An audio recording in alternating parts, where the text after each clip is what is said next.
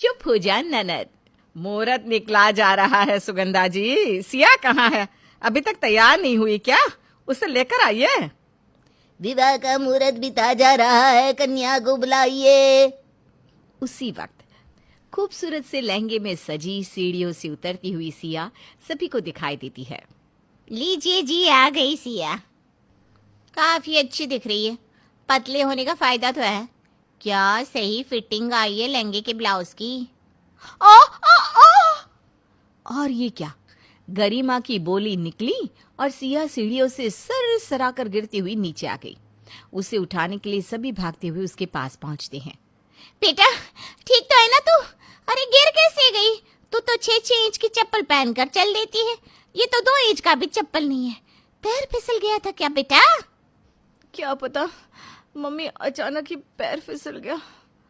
सिया उठ ही रही होती है कि तभी उसकी नजर उसके फटे हुए लहंगे पर पड़ती है, जिसे देखकर वो चौंक जाती है और फुसफुसाती हुई अपनी माँ से कहती है, मम्मी मेरा लहंगा नीचे से फट गया है।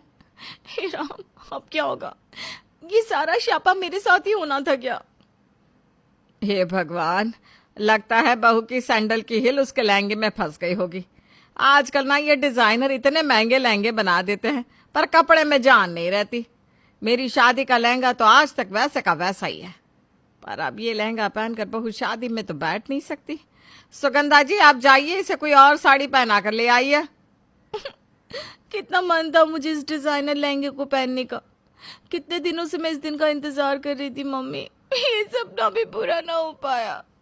बेचारी सिया का अपने मनपसंद लहंगे को पहनने का सपना अधूरा का अधूरा ही रह जाता है। वो साड़ी पहनकर मंडप में विक्रम के साथ बैठ जाती है। मंत्र शुरू कीजिए पंडित जी, बहू आ गई है। पंडित जी मंत्र पढ़ना शुरू करते हैं और फौरन ही सारी रस्में पूरी हो जाती हैं। रस्में पूरी करने के बाद दूल्हा दुल्हन खाने के टेबल पर बैठते हैं। सुनिए जी, टेबल अरेंज करवाइए। दामाद जी सुबह के भूखे हैं, सिया ने भी कुछ नहीं खाया। अब दोनों खाना तो खा लें। सारा खाना खत्म हो चुका है मम्मी। रात के 3 बजे फेरे होंगे तो कहाँ से मिलेगा खाना? मुझे पास्ता खाने का कितना मन था। मेहमानों की मेहमान नवाजी में मैं तो कुछ खा भी नहीं पाई, और अब जब काउंटर पर खाने के लिए गई तो पता चला खाना खत्म हो गया है। ये कहकर गरिमा वहीं बैठ जाती है और उसके सामने ही फौरन टेबल्स अरेंज होना स्टार्ट हो जाते हैं और सिया और विक्रम खाने का मजा लेना शुरू कर देते हैं। ये देखते ही गरिमा बोल पड़ती है, चलिए भाभी, आपके चलते मुझे खाने तो मिल गया, वरना मुझे तो लगा था अपने भाई की शादी में मैं ही खा नहीं पाऊंगी। जैसे ही गरिमा ये कहती है, सिया के खाने में बाल निकल आता है। ओह गॉड, नूडल्स में तो बाल है, मैं इसे नहीं खा सकती। अरे भैया देखिए तो कैसी सर्विस है आपकी। नूडल्स में बाल निकल आया, चेंज कीजिए इसे। नहीं नहीं नहीं, मेरा मन खराब हो गया, मुझसे और खाया नहीं जाएगा। इसके बाद सिया की विदाई हो जाती है। विदाई के वक्त सुगंधा अपनी बेटी से कहती है, जरा ध्यान रखना बेटा, मुझे ना तेरी ननद की बोली जरा ठीक नहीं लग रही। 2 बार उसने तुझ पर कुछ बोला और दोनों बार अमंगल हो गया।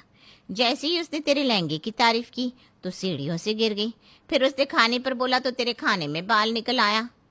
अरे कभी कभी इत्तेफाक से हो जाता है मम्मी, तुम भी ना विदाई में रोने के समय ये सब बता रही हो मुझे। और इन 2 घटनाओं के बाद सिया का अपने ससुराल में गृह प्रवेश हो जाता है। सिया पीछे की बातों को भूलकर बड़ी खुशी खुशी अपनी पहली रसोई बनाने के लिए रसोई में जाती है और सारा खाना तैयार कर डाइनिंग टेबल पर लगाती है। टेबल पर रखी खीर देखते ही गरिमा कहती है, बाप रे भाभी, इतनी सारी खीर। हाँ दी, सगुन के नाम पर जो मीठा बनता है वो तो ज्यादा ही बनना चाहिए ना। मैं बाकी सारे डिशेस भी टेबल पर लगाती हूँ। सिया जैसे ही किचन में जाकर खाने की बाकी चीजों को बाहर लाती है तो वो देखती है कि खीर बिल्ली खा रही है। भाग भाग, खीर को तो बिल्ली ने झूठा कर दिया। हे भगवान। तभी वहां बाकी सभी लोग भी आ जाते हैं। अरे बहू, अभी तो यहाँ खीर का पतीला था, कहाँ गया? बाहर रख दिया मैंने मम्मी जी, बिल्ली के खाने के लिए। वो खीर ना बिल्ली ने झूठा कर दिया। हमारे घर पर तो बिल्ली आती नहीं, आज ये बिल्लियां कैसे आ गई? इसके बाद सिया को अपनी माँ की बात याद आती है कि गरिमा की बोली से बचकर रहना। मम्मी शायद सही कह रही थी। अगले दिन सिया गरिमा की बातों पर गौर करने लगती है। अगले दिन जब सभी बाहर जाने को तैयार बैठे होते हैं, सिया भी तैयार होकर अपने कमरे से बाहर आती है। साड़ी अच्छी है भाभी। हे भगवान, अरे बहू, गरिमा तो तेरी तारीफ कर रही है, तूने ऐसा क्यों कहा? बेचारी सिया कुछ नहीं कहती और दरवाजे की तरफ बढ़ने लगती है और दरवाजे की कुंडी में ही उसकी साड़ी फंस जाती है। अरे अभी गरिमा ने तेरी साड़ी की तारीफ की और अभी ये हो गया। मैं भी देख रहा हूँ गरिमा, 5 दिन पहले तूने कहा कि भैया आपके पास तो बहुत टाइम बच जाता है, इतने टाइम में तो आप कुछ और भी कर सकते हो। बस उसी दिन से बॉस मुझे अब 5 बजे की बजाय 10 बजे छोड़ने लगा है। हद हो गई है यार। अब समझी माँ जी आप कि मैंने अपनी तारीफ सुनकर हे भगवान क्यों कहा था। अपने लहंगे में सीढ़ियों से गिर चुकी हूँ मैं। कितनी मेहनत से अपने गृह प्रवेश पर खीर बनाई थी और दी ने बोल क्या दिया, सारी की सारी खीर बिल्ली खा गई। अब आप ही बताइए, दी की बोली से ऐसा सब हो जाता है तो मैं भी क्या करूं? तुम सब भी कैसी सोच रखते हो? मेरी बेटी के बारे में कोई ऐसी बात नहीं करेगा। पर अब तो सभी के सभी सावधान हो चुके थे। न जाने कब गरिमा क्या कह दे और कब क्या हो जाए। दी, आज ना बुआ जी आने वाली है। आप तो जानती है ना उनका स्वभाव कैसा है। एक काम में भी गलती हो जाए तो पूरा घर सर पर उठा लेती है। इस बार ना उनके साथ करण भी आने वाला है। विक्रम जी सोच रहे कि करण के साथ एक नया काम शुरू करें, तो आप ना बस अपनी जबान पर जरा ध्यान रखिएगा। हाँ, कहीं आपने कुछ बोल दिया तो बनता हुआ काम बिगड़ ना जाए, रिश्ता भी खराब हो जाएगा और बिजनेस भी। हाँ भाई, जैसे मैं भगवान हूं ना, मेरे बोलने से सब खराब हो ही जाएगा। अरे नहीं बोलती, जाओ। शाम को अपना सामान लेकर सिया की बुआ सास वहां पहुंच जाती है। उन्हें देखती ही लेखा उनकी खातिरदारी में लग जाती है। जा बहू, अपनी बुआ सास के लिए चाय तो लेकर आ। सिया हाथ में चाय का ट्रे लेकर डरती हुई आ ही रही थी कि फट से गरिमा बोल पड़ती है। चाय पीकर दिल खुश ना हो जाए तो कहिएगा बुआ जी, भाभी की चाय पर तो कोई बोल ही नहीं सकता कुछ। तब तो तू मेरे भाभी की हाथ की स्पेशल चाय का स्वाद जानती ही नहीं। अब तो मैं सिया के हाथ से नहीं, भाभी के हाथों की ही चाय पीऊंगी। जरा जाकर एक कप चाय तो बनाइए। अपनी ननद की सुनकर लेखा चाय बनाने जाती है, पर जैसे ही वो चाय गैस पर चढ़ाती है दूध ही फट जाता है।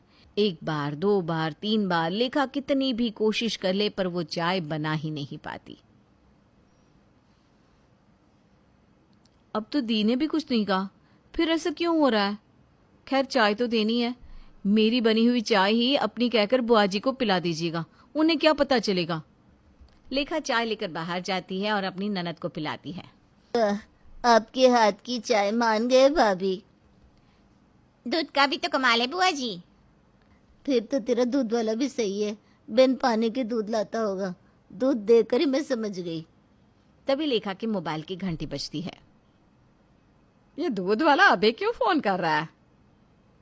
भाभी जी, हम शहर छोड़कर यहाँ से जा रहे हैं, आप नया दूध वाला ढूंढ लीजिए। अब हम आपके घर दूध नहीं पहुँचा सकते।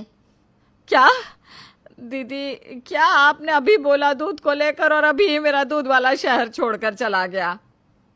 तो आपको क्या ही दिक्कत आएगी भाभी, शरीर स्वस्थ है। आप किसी तबेले में जाकर दूध ले आइएगा। क्या हुआ माँ जी? ऐसा लगा मेरे पैरों का नस खींचा गया बहू। हैं? ये सुनते ही सिया सर पकड़ लेती है। मतलब दी बुआ जी पर ही गई है माँ जी? अब दोनों सास बहू अपनी ननदों को घूरती हुई कहती हैं, चुप हो जा ननद, चुप हो जा ननद।